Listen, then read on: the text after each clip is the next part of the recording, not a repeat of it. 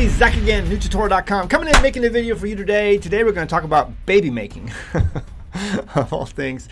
It just so happens every so often I get an email in my inbox asking about, you know, Zach, is it okay to have children right now? I mean, honestly, look at the world around us. It's full of sin. It's full of corruption. There's a really good chance we're in the tribulation, or we could be close to it, and it's the last days. Is it responsible for us to be having kids right now? And my question is absolutely yes. And I want to go through some of the reasons, you know, why I think that, and just explain this in this video, because I know this is a real concern for parents, because if you're going to bring a life into this world, you want to love that life and you want to give that life the best potential possible to succeed and grow and thrive and prosper.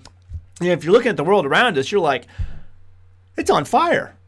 I mean, the world's literally on fire. Why would I want to birth a baby into this? Well, number one, understand that there is a commandment by the Father. It says, go forth, be fruitful and multiply. Be fruitful and multiply. So there's never in your Bible since then was there anything that rescinded that commandment, rescinded that, you know, instruction. From here on out, there'll be a time and a day when the tribulation begins that, you know, you'll no longer want, you know, be able to or should be able to procreate or bring forth children or anything like that. No, it's not what it says. Never anywhere in your Bible. So understand that that's still in place today. I know the world looks like a circus that's burning down and everyone in the circus is being mauled by the animals. So, I mean, I know that's what it looks like today for sure. But the reality is, you know, there's nothing in the Bible that says to stop having children. But we have that verse in Matthew chapter 24, verse 19. Let's read it. And woe unto them that are with child, and to them that give suck in those days. Now, right there, we have people who read that verse and they're like, Zach, I don't know. I mean, it says woe to them. That's crazy. Maybe we shouldn't have children. But no, first off, a couple things. It never says you shouldn't have children or God's people should abstain from having children. And number two, you don't know that it's actually talking about God's people to begin with here. Yes, part of the context of Matthew chapter 24, verse 19 is some of the tribulation that God's people are going to go through. But it never says in this particular verse that these people, it's going to be woe to God's people who are with child, or woe to them who give suck to a child, who are breastfeeding a baby. Okay, it never says that. That's something you've inserted into your mind based on the rest of the text. That could be or could not be true. I tend to agree that it's not true for God's people. Why do I believe that? You have to go back to consistency. Our Father is consistent from beginning to end. And when he brought his people forth out of the land of Egypt, the first time he brought the lame, the blind, and the little ones, the children.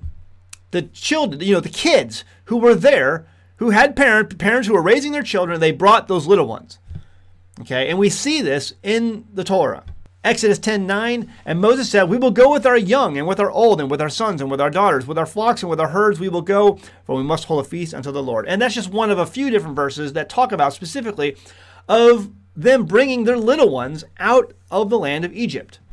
Okay, and so, in fact, it talks about later on how God's people were disappointed. You know, they kept complaining and murmuring about their journey, and Moses said, you're not even going to go. It's going to be the kids. You know, the kids you were worried about dying in the wilderness, they're going to be the ones who inherit the land, and not you because of your disobedience.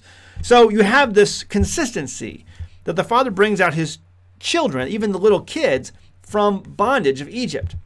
And you know, I believe in a greater Exodus. I have a whole series on the greater Exodus that's posted on my website, newtutorial.com. You can go watch that. The second video of that series is all about the children. And he brings the children out. So I believe he's going to do that again one day. You know, the first Exodus is kind of like a blueprint for the second Exodus, or what's called the greater Exodus. And I explain all that in my series, The Greater Exodus. But also we have future references that we can see too as well. And I believe these are valid for us in that future greater Exodus. Zechariah 10, verse 6 and 7. And I will strengthen the house of Judah, and I will save the house of Joseph, or Israel, and I will bring them again to place them, for I have mercy upon them, and they shall be as though I had not cast them off. For I am the Lord their God, and I will hear them. And they of Ephraim shall be like a mighty man, and their heart shall rejoice as through wine. Yea, their children shall see it and be glad. Their heart shall rejoice in the Lord. So it's like these mighty men of Israel, the house of Joseph, the house of Ephraim, the northern kingdom that was dispersed into the lands and who forgot their identity. This is not the Jews. This is not the southern, house of Judah. This is the northern, house of Israel, of Joseph, Ephraim. And they've forgotten who they are. They're a mighty man coming back, and their children are going to rejoice. Their children shall see it and be glad. So the children are coming out.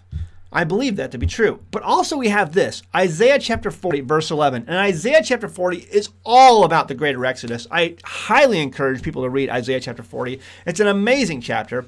We see this verse 11, he shall feed his flock like a shepherd. He shall gather the lambs with his arm and carry them in his bosom, and shall gently lead those that are with young. He will gently lead those that are with young. So whenever this comes up, whenever this happens to come into my inbox, or I get asked at a conference or an event where I go to speak or whatever, and someone says, Zach, I really feel uncomfortable about bringing a child into this world, and me and my husband or my wife and I are having real issue with trying to justify this, I always bring up these verses, especially Isaiah 40, verse 11. He's going to gently lead us. He's going to bring us into the wilderness and take care of us. And I believe that to be true. I really do. And I know crazy things happen in this world, no doubt in my mind. But I think we cannot be scared. We cannot be fearful. We need to go forth and be confident in our Father's ability to keep us. And if we perish, if we happen to perish, that's okay. He still keeps us. He still has us in his hand. And so that does not deter me from wanting to have children, or it shouldn't deter you from wanting to have children, if that's possible for you. So, okay, this comes up a lot, and I wanted to talk about it because I know it's of great concern to a lot of people, especially in the days we're living in now when everything just seems to be nuts. We're living in bizarro world right now. There's no doubt about it. All right, we'll leave it at that. Go home, read your Bible. Thanks.